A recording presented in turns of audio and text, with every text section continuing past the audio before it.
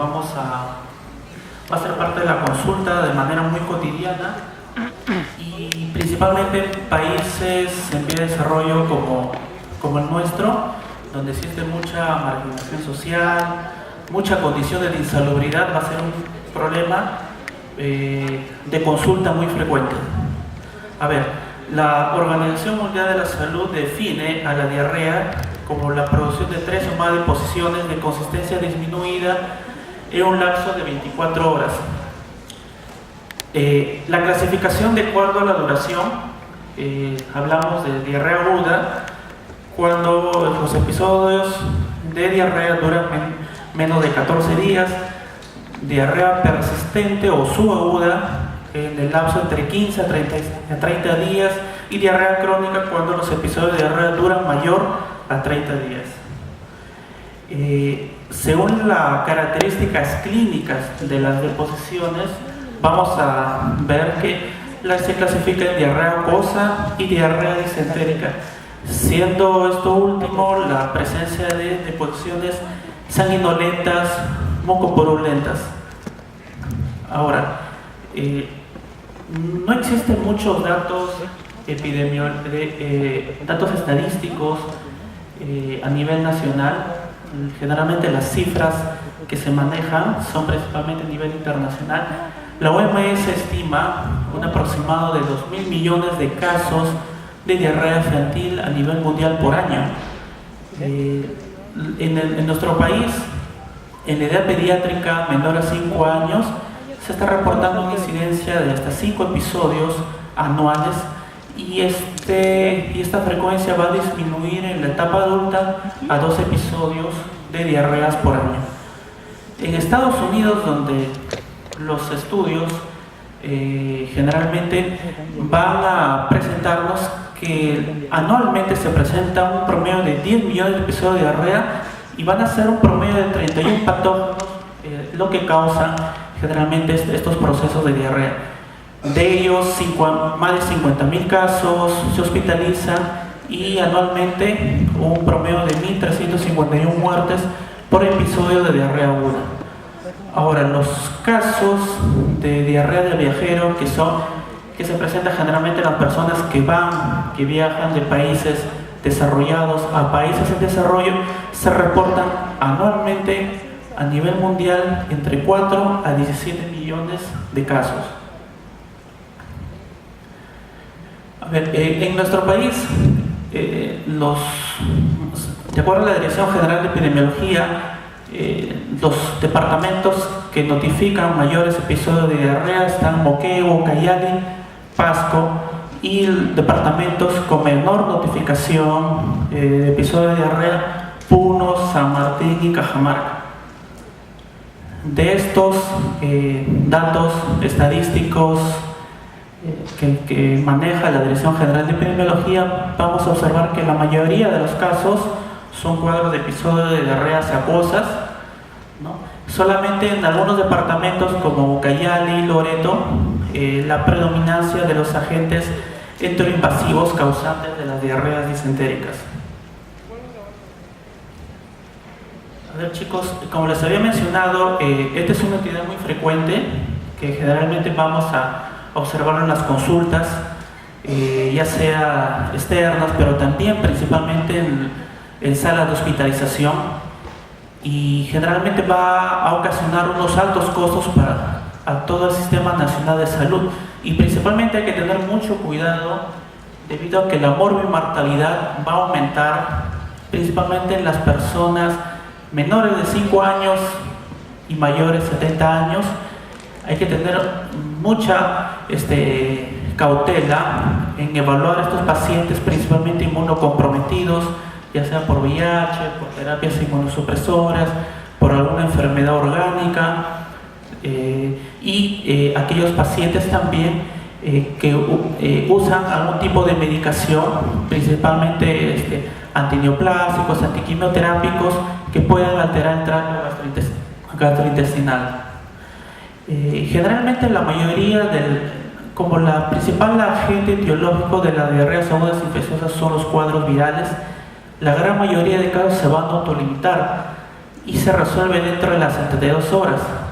Generalmente cuando el paciente viene a las consultas, generalmente ya ha sido automedicado, ya le ha indicado el tratamiento la vecina, la mamá o el boticario, y generalmente cuando vienen ya las consultas por los episodios de diarrea, realmente nosotros no sabemos si es la persistencia del mismo cuadro diarreico o es el episodio diarreico que presenta y que acude a nuestras consultas es causada por el uso de antibióticos, porque los mismos antibióticos también pueden causar episodios diarreicos, pero generalmente un cuadro de diarrea aguda se va a autolimitar en tiempo menor a 72 horas, principalmente porque la mayoría de la gente, los agentes etiológicos principalmente son los agentes virales y su resolución se da en estas 72 horas.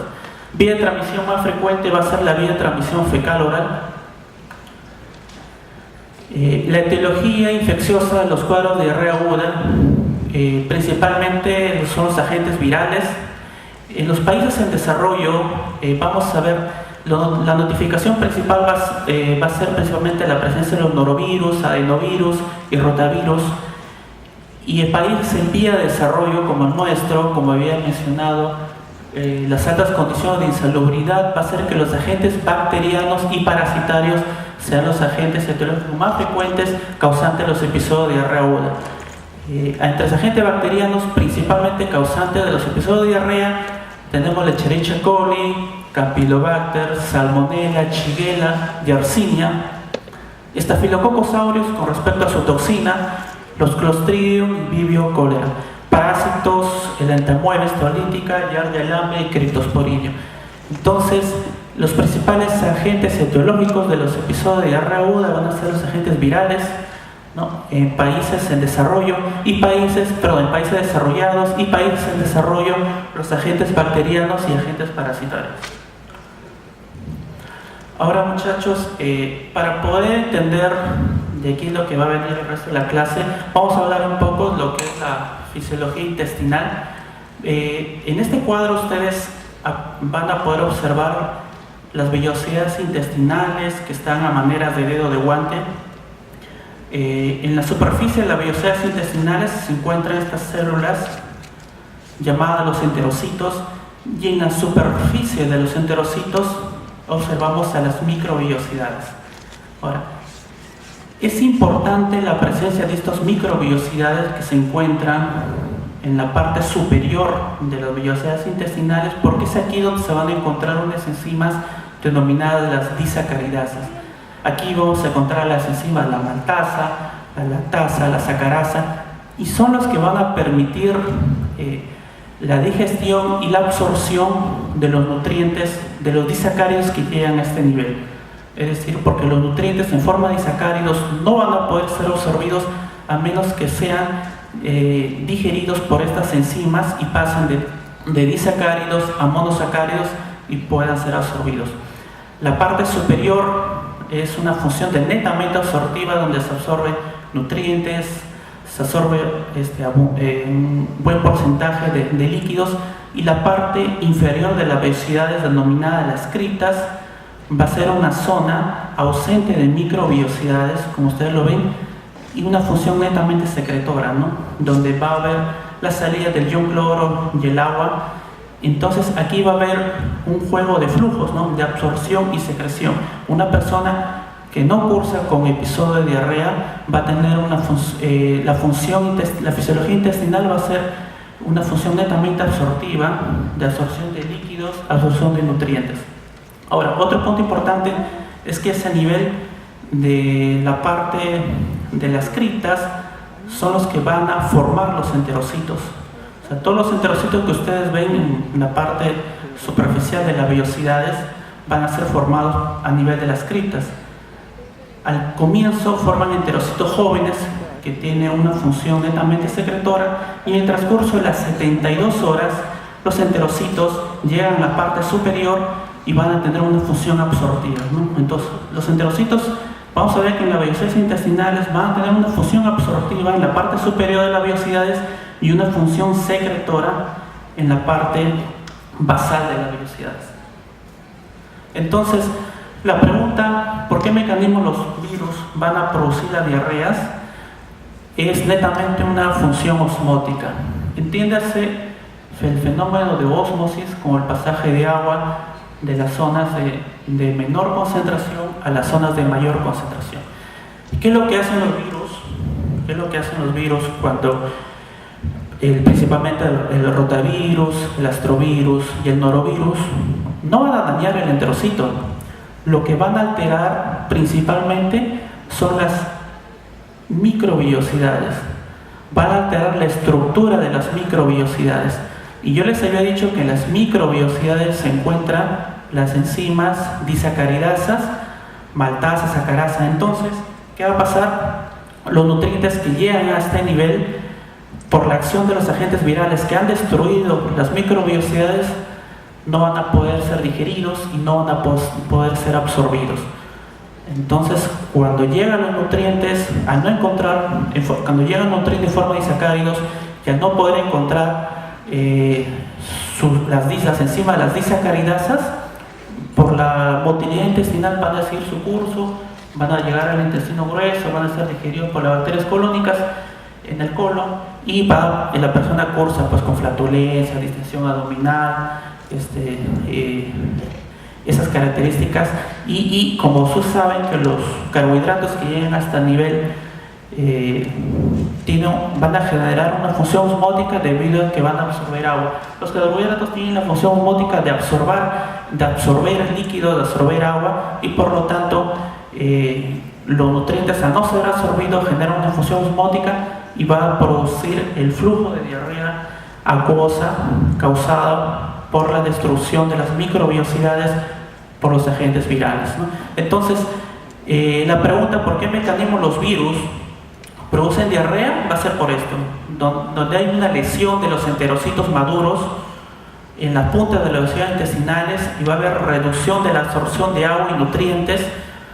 ¿Por qué? Porque hay pérdida de sacaridasas, los nutrientes ejercen una función osmótica, empiezan a absorber agua y posteriormente esos nutrientes por la motilidad intestinal van a llegar al colon, ¿no? Felizmente estas lesiones de los agentes virales, la lesión de las microvellosidades son autolimitadas. Yo les había dicho que los enterocitos son formados a nivel de las criptas y demoran aproximadamente 72 horas principalmente tener una fusión absortiva. Entonces, los agentes virales cuando destruyen las microvellosidades, el periodo de diarrea acuosa va a ser de corta duración, promedio de 72 horas, en las cuales los enterocitos que han sido formados en las criptas, ¿no?, van a llegar a la parte superior de las vellosidades y van a nuevamente tener esa función de absorción. ¿Ya? Nuevamente lo mismo, daño en la mucosa que produce disminución de la actividad de sacaridasas, de las vellosidades productoras de enzimas, se acumulan disacáridos que actúan como partículas osmóticas, absorben agua y generalmente van a ser digeridas por las bacterias del colon, generando diarreas acuosas, flatulencias y distensión abdominal. Hasta este momento hemos visto que los agentes virales no son agentes lesivos, no destruyen el enterocito, solamente dañan la parte superficial del enterocito donde se encuentran las microvellosidades. Bueno, de esta manera rápida, el mecanismo de diarrea de los rotavirus, lo mismo lo que vamos a mencionar, es el daño de los enterocitos maduros con capacidad absortiva y su reemplazo por enterocitos jóvenes que tienen capacidad secretora. Los enterocitos, nuevamente repito, formados a nivel de las criptas, van a demorar 72 horas en tener una fusión absortiva. El mecanismo de la diarrea, si se lesionan las microvellosidades, va a haber pérdida de disacaridasas. Otro mecanismo de la diarrea que se ha observado es que los rotavirus, solamente los rotavirus, no los astrovirus ni los norovirus, van a producir una glicoproteína que tiene una acción muy similar a la toxina del cólera, que es el NSP4, ¿no?, que van a alterar el AMP cíclico y van a generar la mayor pérdida de líquidos a nivel de la luz intestinal. Periodo de incubación, chicos, 41 menos de 48 horas. Cuadro clínico, vamos a ver que hay vómitos, puede haber fiebre y son las diarreas acuosas que duran aproximadamente menor a 5 días y no hay presencia de leucocitos en heces. Esto quiere decir que las diarreas ocasionadas por los agentes virales no son enteroinvasivas. Forma de diagnóstico: en las muestras fecales hay detección de antígenos virales por técnicas de lista o aglutinación en látex y las técnicas de reacción en cadena de polimerasa. Ahora, ¿por qué mecanismos las bacterias producen diarrea? Por dos mecanismos, principalmente invasiva y por presencia de las toxinas. Los agentes patógenos causantes de la diarrea disentéricas, aquí sí hablamos del concepto de la presencia de deposición de líquidas mucosanguinolentas. Vamos a ver a los agentes patógenos de la Shigella, Campylobacter, Yersinia, Escherichia coli interinvasiva y la salmonelosis y la salmonella.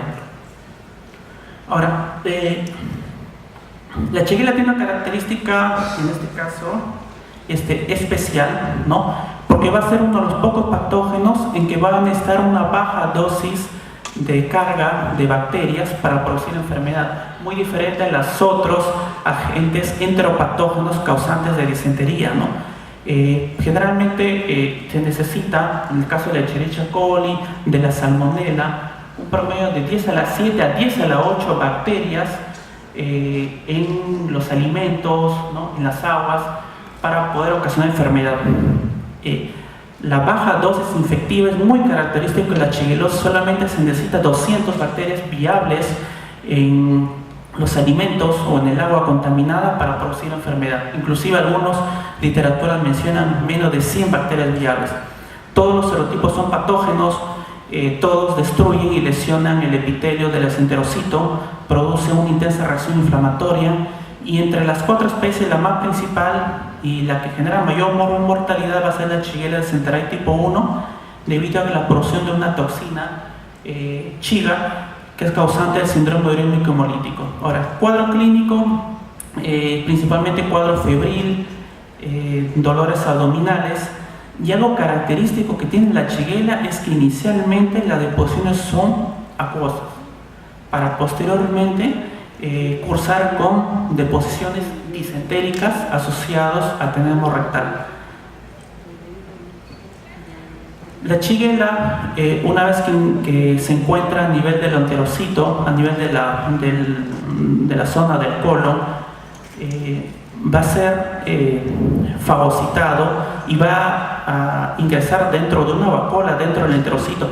La Shigella sintetiza muchas enterotoxinas y muchas citotoxinas que van a evitar la destrucción y la presencia de los macrófagos, ¿no? Y destrucción de la Shigella dentro de esta vacuola. Entonces, como tiene muchas citotoxinas que evitan su destrucción, la Shigella va a pasar a través de los enterocitos, y esta es la característica principal de que se necesita poca carga bacteriana para producir enfermedad.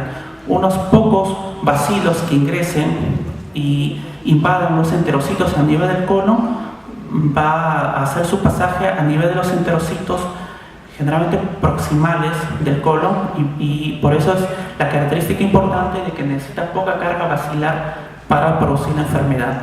Ahora, generalmente cuando llega a nivel del intestino delgado, a nivel del yeyuno, no va a invadir, ¿no? Actúa principalmente a nivel de liberando sus enterotoxinas. Entonces la persona infectada con shigellosis va a cursar primero con diarreas acuosas. La Shigella a nivel del intestino delgado no invade, solamente se encarga de eliminar sus enterotoxinas. Es aquí donde, y como aquí hay mayor cantidad de nutrientes, va a crecer de tamaño, se va a multiplicar, y va a ser cuando llegue al nivel del colon donde sí va a causar todo este proceso fisiopatológico, ¿no? Ingresa a los enterocitos del colon, genera sus citotoxinas para evitar su destrucción, pasa de enterocito a enterocito, ¿no? Y provoca la destrucción, en este caso, del enterocito en el cual ha invadido, ¿ya?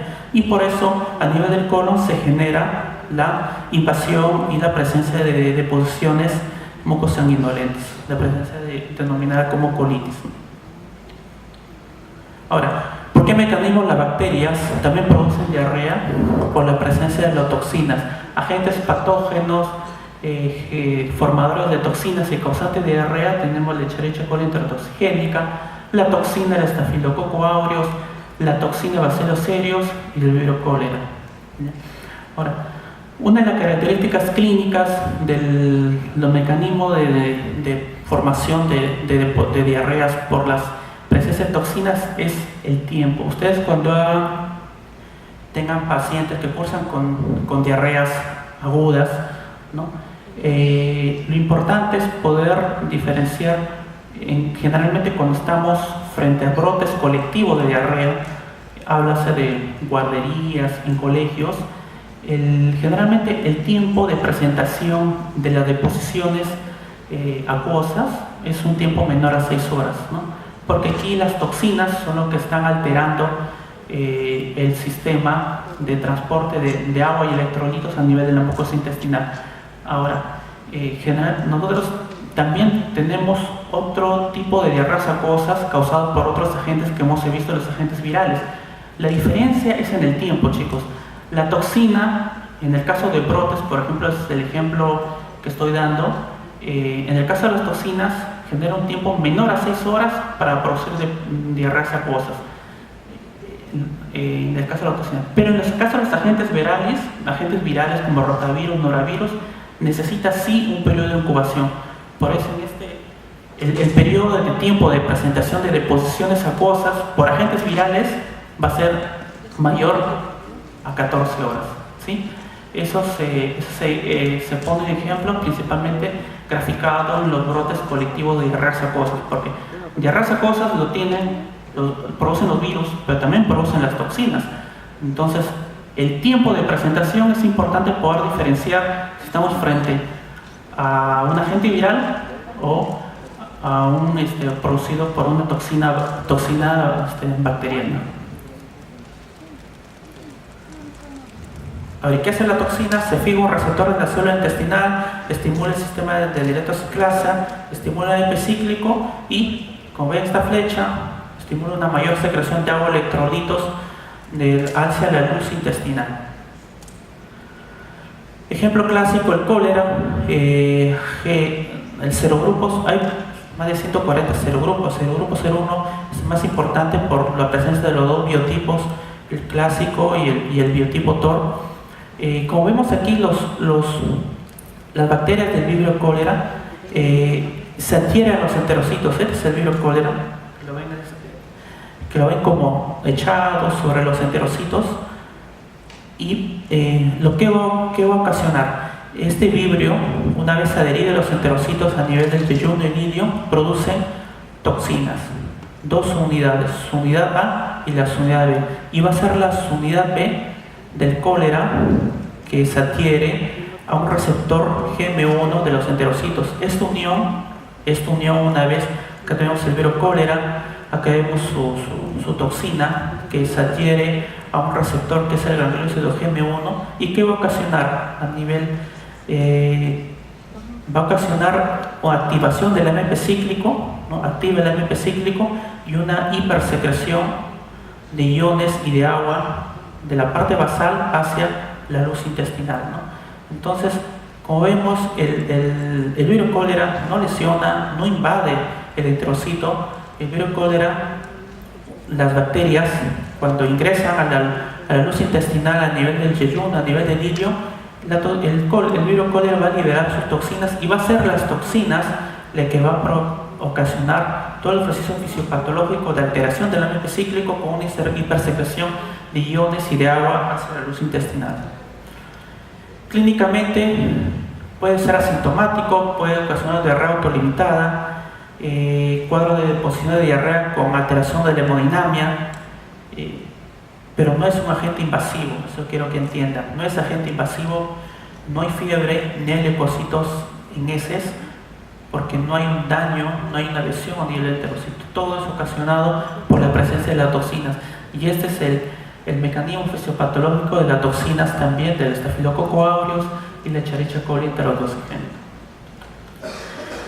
Haciendo resumen, chicos, los episodios de diarrea aguda diarrea infecciosa, tenemos diarreas acosas y diarrea disentéricas. Las diarreas acosas, hemos visto aquí la diarrea, primero que hemos hablado, la generada por ósmosis, por los agentes virales, pero también hay otros agentes, otros microbios que causan diarreas tipo osmótica, como los parásitos, agentes no infecciosos, ¿no?, como laxantes, ¿no?, y la diarrea tipo secretora, principalmente por las toxinas que estamos hablando últimamente, el virus cólera, Escherichia coli intratoxigénica y la shigella. ¿Por qué acosa, no? Porque hemos visto que al inicio, la shigella a nivel del intestino delgado del jejunio ilio cursa con diarreas acosas. En las diarreas disentéricas también vemos acá la shigella, pero es generalmente ya cuando ingresa a nivel del colon y lesiona la mucosa de los enterocitos a nivel del colon. Otros agentes causantes de diarreas invasivas, de Escherichia coli intrainvasiva, Salmonella, Campylobacter y Yersinia. Ahora, algo característico sí son los episodios de diarreas agudas disentéricas, ¿no?, y no invasivas, que generalmente se presentan en pacientes hospitalizados. Los agentes bacterianos más frecuentemente aislados son Clostridium difficile y Escherichia coli interhemorrágica. Clasificación sindrómica de la diarrea inflamatoria, presencia de fiebre principalmente, se localiza a nivel del colon y es una diarrea mucosanguinolenta. A diferencia de la diarrea no inflamatoria, cursa con heces acuosas, paciente afebril, ¿no?, y se localiza a nivel del intestino delgado con mayor preferencia. ¿Sí? Entonces, cuando ustedes estén frente a un paciente en la consulta con un episodio de diarrea acuosa, chicos, tienen que primero evaluar las funciones vitales, porque podemos estar frente a un paciente que esté con hipotensión, puede estar caminando con cierta astenia, debilidad, ¿no?, pero podemos estar frente a un paciente con hipotensión y necesita una resucitación, ya sea con terapia endovenosa, resucitación hidroelectrolítica, ¿no?, generalmente, y un manejo en este caso precoz, ¿no?, muy diferente a un paciente con una presión arterial estable, en el cual nosotros le podemos hacer la anamnesis, las consultas, evaluar la característica de las evacuaciones. Es muy importante en la anamnesis, porque nosotros en base a la anamnesis podemos definir cuál puede ser el agente etiológico probable, y en base a nuestro anamnesis poder precisar cuál puede ser nuestro abordaje terapéutico, ¿no? Características de las evacuaciones: la duración, la frecuencia y el aspecto, si es acuoso, si es purulento, si es sanguinolento. Generalmente los episodios de diarrea no van solos, sino van síntomas concomitantes. Paciente cuyo síntoma principal sea los vómitos, entonces podemos estar frente al que el agente causal principalmente puede ser una toxina. Hay que tener mucho cuidado en pacientes que cursan con dolor abdominal, porque podemos estar frente a una probable inicio de una peritonitis, ¿no?, causante principalmente por la salmonelosis. Evaluar la presencia de fiebre, tenesmo y urgencia fecal. Algo importante también, hay que evaluar los antecedentes, preguntar si la persona ha tenido algún viaje, ¿no? Generalmente la diarrea del viajero, como les había mencionado, se presentan en las personas que viajan de países desarrollados a países en desarrollo. Hay que también evaluar dónde trabaja, porque podemos estar frente a una persona que trabaja en una guardería, un colegio, en el cual se haya reportado algún brote colectivo de diarrea, ¿sí? Hay que averiguar también el antecedente de algún alimento sospechoso en las últimas 48 horas, ¿sí?, o algún medicamento o sustancia que esté consumiendo la persona, ¿ya? Valoración de la severidad, evaluar la deshidratación, la diuresis, explorar el abdomen, ya les habíamos dicho, podemos estar frente a la presencia de una peritonitis, y evaluación del sensorio, ¿ya? La pregunta es, ¿se debe buscar el agente etiológico? Generalmente la mayoría de los episodios de diarreas acosas son causados por agentes virales. 60-70% son causados por agentes virales, ¿no? En la mayoría de los episodios de diarrea no es importante determinar la causa específica, generalmente porque se autolimita. Y ya les había dicho, al ser el 70% el agente etiológico de tipo viral, vamos a ver que ese lapso más o menos que se necesita de 72 horas en la regeneración de los enterocitos, ¿no? Lo que sí que tenemos, y no se olviden chicos, ante un episodio de diarrea aguda, tenemos que hidratar al paciente. Hidratación, hidratación, hidratación. Lamentablemente, como ya les había mencionado, cuando los pacientes llegan ya a nosotros, a nuestras manos, a las consultas, ya pasó por la mamá, por la vecina, el boticario ya le indicó un antidiarreico, ya le indicó una bebida rehidratante, y ya le indicó un antibacteriano, ¿no?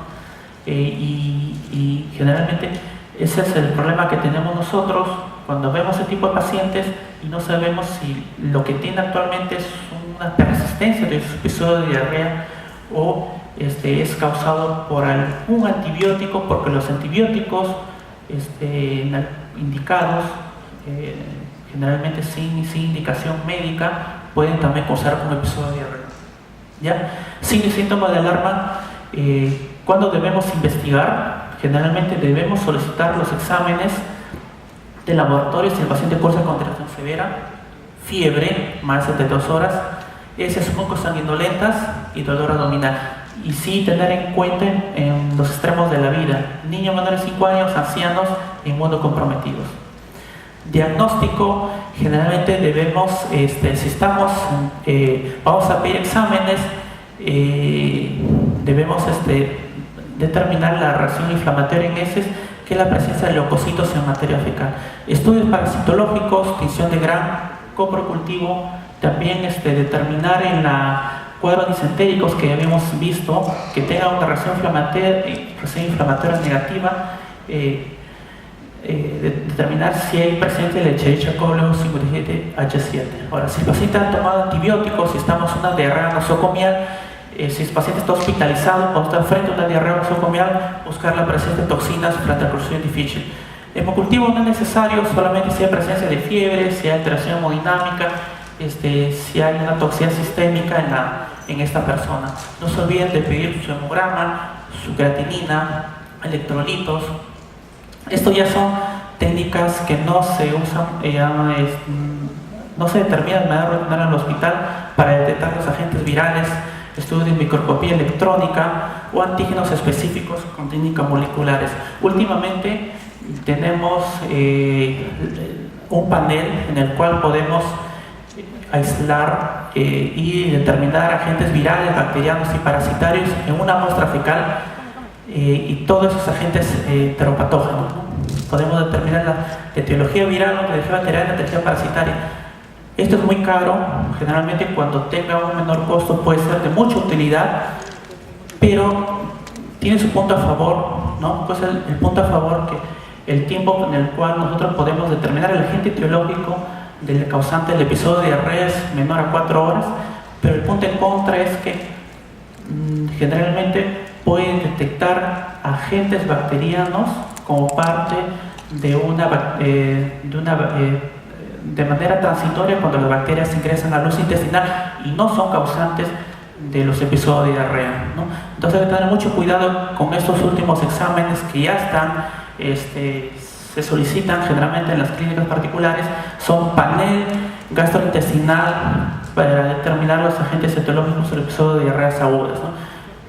El tiempo, 4 horas, puedo determinar agente viral, bacteriano, parasitarios, pero sí no va a precisar, es lo que le había mencionado, si estamos frente a una presencia de bacterias de manera transitoria que están en la luz intestinal y frente a principalmente a bacterias no viables en el tracto intestinal, ¿no? Entonces, si hay clínica, sospecha clínica, episodios de diarreas acuosas, si me sale agentes virales puedo ayudar. Si tenemos diarreas mucosanguinolenta con toxicidad sistémica y tenemos la presencia de agentes bacterianos en el panel, ayuda, ¿no?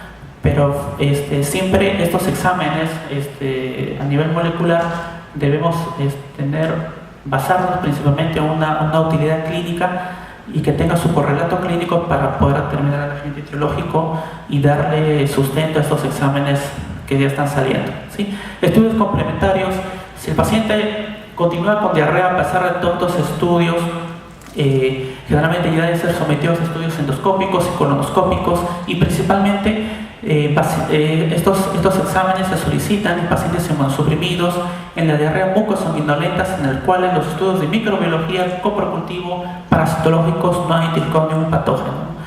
Y esto también ayuda en los estudios complementarios, endoscópico y colonoscópico, para hacer un diagnóstico diferencial con las colitis pseudomembranosa y enfermedad inflamatoria intestinal. ¿Ya? Le había dicho las bases de tratamiento principal, chicos, no se olviden, hidratación por vía oral. ¿Ya? Felizmente tenemos múltiples soluciones, formulaciones muy balanceadas que podemos administrar a las personas que acuden a nosotros con episodios de diarreas acuosas. Hidratación endovenosa solamente sus indicaciones en pacientes que tienen intolerancia oral o tienen alteración hemodinámica en su examen físico, ¿no? Ahora, el uso empírico y rutinario en el caso de diarreas agudas de infección no está justificado, como ya les había mencionado, porque la mayoría de los agentes son agentes virales, y principalmente porque tenemos muchos efectos adversos, ¿no? Las guías nos mencionan el uso, principalmente está justificado el uso, por ejemplo, de las, no es el tema, pero en el uso de las fluoroquinolonas en las diarreas del viajero, pero nosotros tenemos también, ya la literatura reporta muchos efectos adversos con las fluoroquinolonas, principalmente ocasionando no solamente problemas, los mismos episodios diarreicos, sino también alteraciones a nivel del desarrollo del cartílago y del hueso a nivel de los niños, ¿no? Entonces, los tratamientos antibióticos empíricos solamente son útiles cuando sospechamos agentes enteroinvasivos, son diarreas mucosanguinolentas, fiebre persistente, deterioro hemodinámico del paciente, ¿no? Y una vez que iniciamos un tratamiento antibiótico empírico, se debe corregir de acuerdo a los coprocultivos, que ya está en la tabla ahí para que ustedes los vean. Ahora último, chicos, existe mucha tentación en la parte clínica de usar antidiarreicos, ¿no? Solamente usen antidiarreicos en casos, chicos, que ustedes vean que está justificado y la pérdida de líquidos sobrepasa la rehidratación de la persona, ¿no? Se puede utilizar para diarrea leve el uso de loperamida, o en casos moderados, severos, el uso de racecabratilos o seletado bismuto. Pero, chicos, sí, esto no se debe usar en caso de presencia en los exámenes microbiológicos, por ejemplo, de reacción inflamatoria en ese positivo. Ante las sospechas de gérmenes enteroinvasivos no se debe usar los antidiarreicos. Existe mucha tentación al uso de los antidiarreicos, pero tiene su utilidad principalmente en el caso de diarreas acuosas, y cuando veamos que nosotros no podemos rehidratar de una manera adecuada, ya sea oral o endovenosa a la persona, debido a que las pérdidas son muy abundantes, ¿sí? Traten de evitar mucho su uso en el caso de gérmenes interinvasivos, y si en el caso que ya ustedes han determinado el patógeno, entonces se puede utilizar dando su tratamiento antibacteriano previamente, ¿ya? Creo que este es el último. Medida de prevención, chicos: lavado de manos, asegurar la disponibilidad de agua potable, eliminación de desechos, manejo seguro y procesamiento de alimentos, ¿ya? A ver, ya, bueno, muchas gracias. ¿Otra pregunta?